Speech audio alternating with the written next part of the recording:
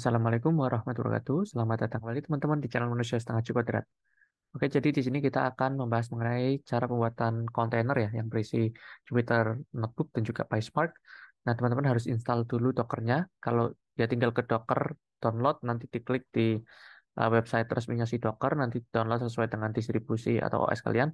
Nah, ini tinggal diklik aja langsung dia muncul pop-up-nya ya. Kebetulan saya udah ada Dockernya dan udah saya install, jadi nggak perlu download lagi. Nah, kayak gitu. Nah, kemudian teman-teman juga bisa login lah ya, atau tanpa login saya nggak tahu apakah bisa search juga atau enggak. Tapi saya login by Google aja sih. Jadi di sini teman-teman bisa ketikkan misalkan PySpark. Nah, ini ada beberapa hal ya. Di sini ada PySpark Notebook, kemudian di sini ada PySpark Notebook OpenShift, dan masih banyak lagi nih.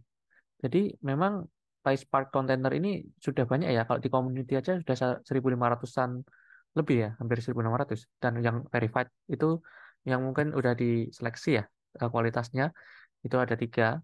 Nah, jadi nanti kita pakai yang pertama aja, Docker image yang pertama kayak gitu. Nah, ini ada beberapa hal ya yang perlu kita lakukan. Download Docker Apps-nya tadi, kalau udah ya tinggal di run aja ya. Pakai Docker run, kemudian min volume ya. Ini bin mount. Jadi kalau kita pengen ngopi paste ya atau transfer file dari lokal laptop kita, OS kita, misalkan di saya Mac ya, Mac OS nanti di copy ke misalkan di Ubuntu-nya si Docker, nanti bisa sharing file di folder yang kalian inginkan. Ini file Mac saya di sini.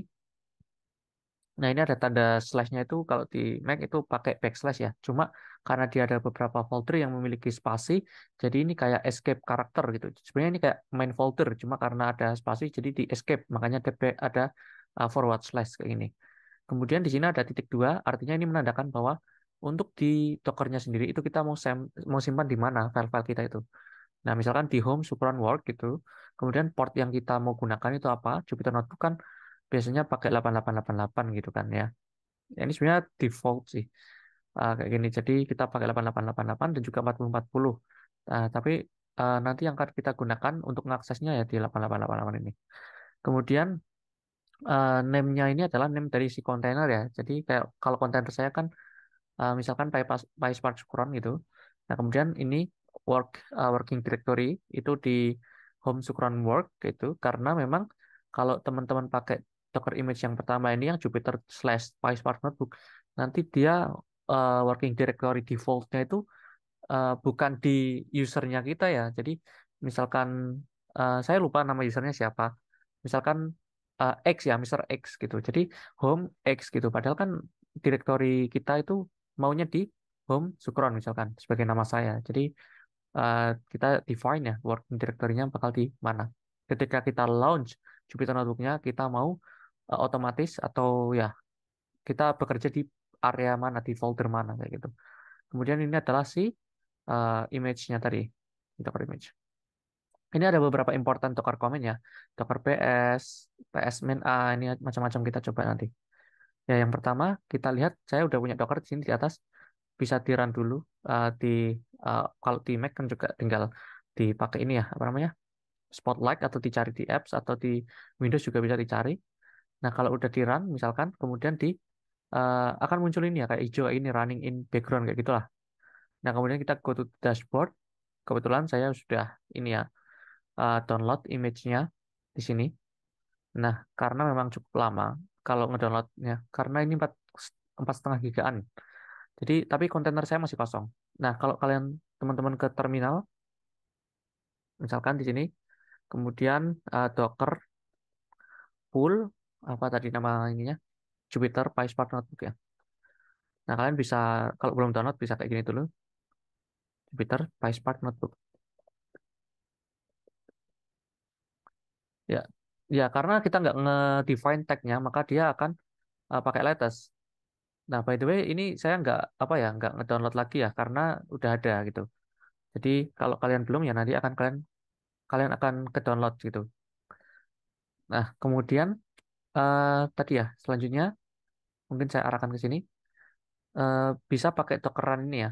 Kalau nggak salah sih Dockeran itu artinya dia nge-build ya, jadi nge-download, nge-build dan nge-start langsung nge-run kontainernya.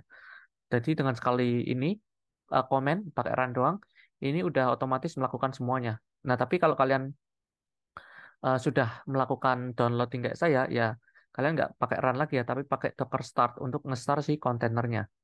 Jadi kalau teman-teman mau yang simple ya, sebelum nge-download image gitu, sebelum punya kontainernya, lah kalian pakai run aja. Jadi dia otomatis nge-download image, nge-build image tersebut, nge-build kontainernya, kemudian juga nge-start kontainernya yang nge-run langsung, ngejalanin. Coba kita run ya. Meskipun saya udah ada apa namanya Docker image-nya, nggak apa-apa. Nanti dia otomatis akan ini aja ngejalanin atau nge-start. Nah ini teman-teman bisa copy ya di sini. Ini ada tulisannya servernya di berjalan di sini atau di sini. Tinggal pilih. Tapi umumnya di sini kita copy, kita ke Safari misalkan atau Google Chrome. Nah nanti kalian bisa menuju ke Jupyter Notebook kalian. Nah misalkan kalian apa ya namanya lupa misalkan ke Ctrl C atau Docker Stop itu. Nah kalian juga bisa pakai ini perintah eh, ini ya Docker logs ya. Kemudian container name-nya ya tergantung ya. Kalau misalkan punya saya kan tadi, oh misalkan kalian nggak tahu juga nih, lupa juga kontainernya apa, kalian bisa Docker PS. Nah di sini tuh adalah list dari kontainer yang aktif. Nah ternyata tadi kita nggak sengaja misalkan ke Ctrl C atau Command C, jadi Dockernya kontainernya nggak aktif. Kalian ada dua cara sebenarnya. Ada beberapa cara ini. Cara yang pertama bisa Docker PS main A artinya all ya. Kita melihat ada Docker kontainer yang non-aktif namanya PySpark cron ya. Atau kalian juga bisa ke dashboardnya si Docker juga ada sih. Di sini ada PySpark cron. Nah, nanti kalian bisa di run nih ada tombol start atau kalian bisa pakai Docker start kemudian nama ininya kontainernya PySpark cron. Kayak gini. Udah. Nah, kalau kita Docker PS lagi, nah ini udah ada udah ngeran ya. Jadi udah dijalankan. Kalau tadi eh, statusnya exit apa? Exit ya. Sekarang udah up nih harusnya. Ya ini up. Nah, kemudian kalian bisa pakai Docker log tadi ya. Misalkan Docker logs pakai nama kontainernya. Nah, ini kalian juga akan melihat nih bahwa dia berjalan di localhost 8888 ya. Jadi kalian bisa ke mana nih? Nah, ini di web browser kita. Nah, nanti akan ke sini. Nanti kita di video selanjutnya akan membahas mengenai intro to RDD ya. Bagaimana cara melakukan analisis data atau ya kita akan melakukan analisis data dengan menggunakan data berjenis RDD. Nah, kalau udah misalkan kalian udah selesai menggunakan Jupyter Notebook-nya bisa kalian stop di sini ini. Stop di sini atau juga bisa pakai komen. Misalkan Docker stop. Oh, ini kotor sekali ya. Mungkin kita clear dulu. Docker stop nama kontainer kita PySpark. Saya pakai satu tangan ya nanti. Jadi kayak gitu kemudian Docker PS lagi udah nggak ada ya. Tapi kalau PS main A ada dia karena udah exit. Nah kalau kalian mau nge-remove ya Docker RM aja kayak gitu. Nah jadi misalkan untuk ini apa namanya menghapus kontainernya Docker RM. Nah kalau misalkan mau execute bin bash juga bisa. Jadi kita masuk ke terminalnya. Contohnya oh kita harus start lagi ya. Docker start PySpark run hmm, Docker execute main IT PySpark Supron bin bash. Nah ini oh ada yang salah ya. Apa yang salah? Oh exec apa yang salah ya? Oh exec ya bukan execute. Docker exec kemudian interaktif nama kontainer bin bash. Nanti kita masuk ke bash-nya.